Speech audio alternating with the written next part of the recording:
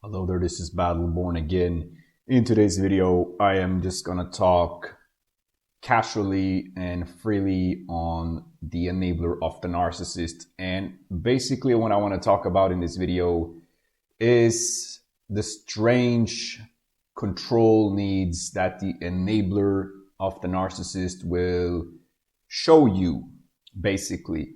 So if you have gone no contact with the narcissist in your family, your narcissistic mother, and you have an enabling dad, a lot of times when I was thinking back on the enabler's behavior, I was always left with a lot of questions in my mind what this was about, because the conversations that you have with the enabler is never going to be real conversations, because the enabler don't want to talk about the meat and potatoes, and every time you try to do that, they will just basically leave the table.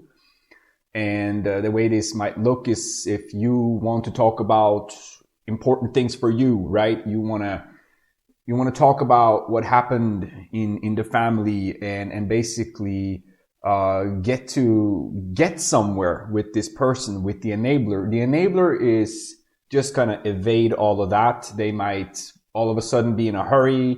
They might not have coverage, like phone coverage. They might, all kinds of shit that they will tell you when you want to talk about something that is important, to you. Whereas the enabler has a need to control, and it's a little bit different from the narcissists. But remember that the enabler, all the information you give to the enabler will go straight to the narcissist, because that's the way the loyalty works in the enabler's mind. He's not loyal to you, he's loyal to the narcissist. Okay, so everything you tell the enabler, everything you tell him will go to the narcissist or narcissists in his life, because he is a servant of narcissists. So you will have these feelings a lot of times when you have conversations with them, like with the enabler, that the questions they have is all about checking up on you. And when I'm saying that, I'm talking about checking up on you mentally. Where are you in the lane? Have you figured things out about them? And that's why it's so important for the enabler, because the enabler is a people pleaser. So they want to be good with all people. They want to be good with everyone. They want to be good with you. They want to be good with a narcissist. They want to be good with everyone. But that is not possible. It's not possible to be good with everyone. That's just not working, especially when you have a narcissist in your family. That's not working. So the enabler comes across to people that is outside the family. A lot of times they will describe the person as being good, being nice, being all these things, right? And that's not the case, because their actions is allowing evil, which is not good and which is not nice. So they're enabling sick and crazy behavior within the family, and that's not nice or good, right? So just going back to basically the phone calls that you often, or conversations that you might have with them. And again, it's just like they have this need to kind of check up on you mentally. Where are you? Like I said, they want to know that you are good with them. That's important to the people pleaser, the enabler. It's not about you.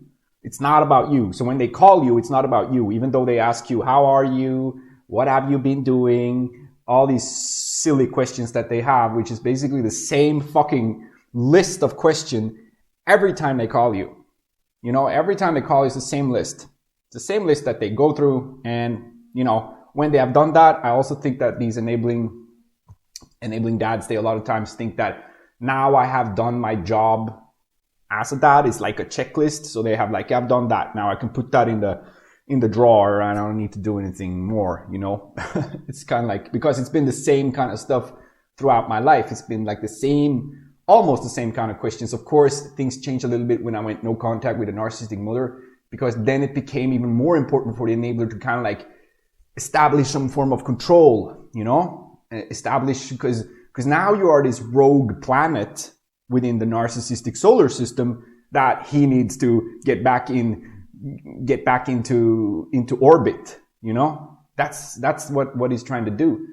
And so these questions is just about like keeping you, even though you're drifting further and further and further and further away into the universe that is like without the narcissist, like you're going away from the narcissistic solar system and you're drifting out into the universe, and the enabler sees that and he don't want you to escape, because first of all, he doesn't want to be alone with the narcissist. He don't want to be alone in that situation because he doesn't have the power to drift himself. He doesn't have the power to go away himself. So he's doing the same things to you as he did when you were a kid in this family, basically, because that's exactly the same he did then. He told you to, oh, just come home, just do this, just do that, because basically he wants you to be this buffer between him and the narcissist, right? Or he wants you to take all the punishment that the narcissist is giving out that day. So he wants to keep you in, and even though you're like barely talking to this person, he will feel, or the enabler will feel like, you know, things are like it used to be.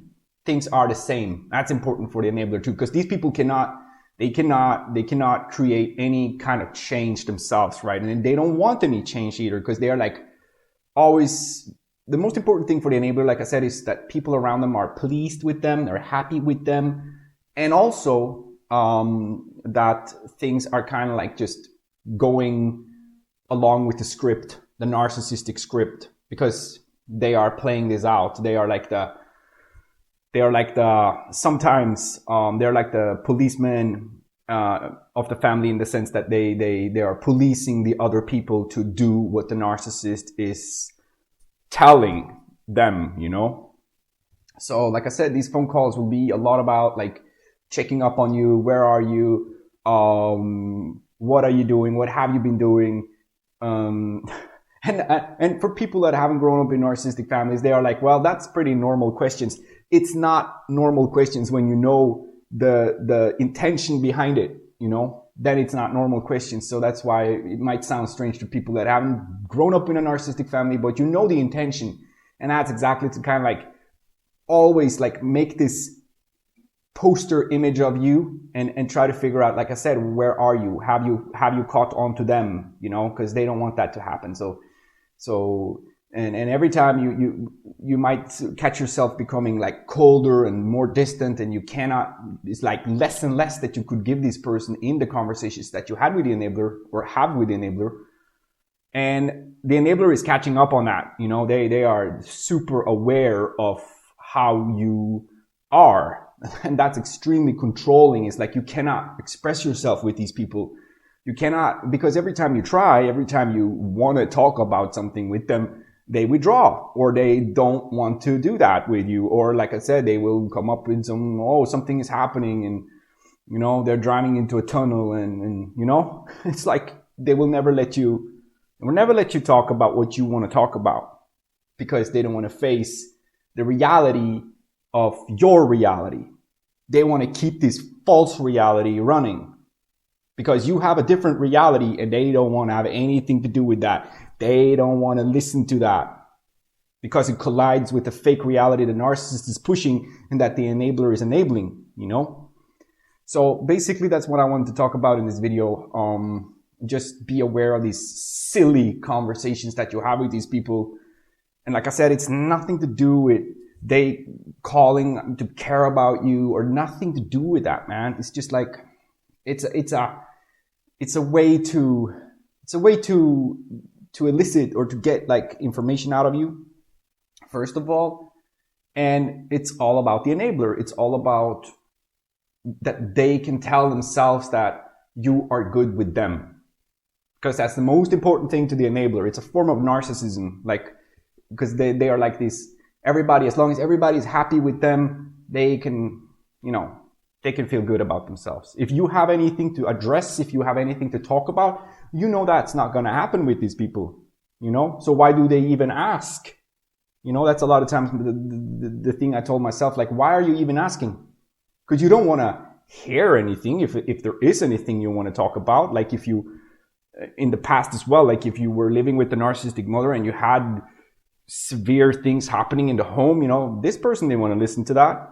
So why are they even asking, you know? Well, it's all about themselves. So basically, that's what I want to share in this video. Thank you for listening in, and have a good day.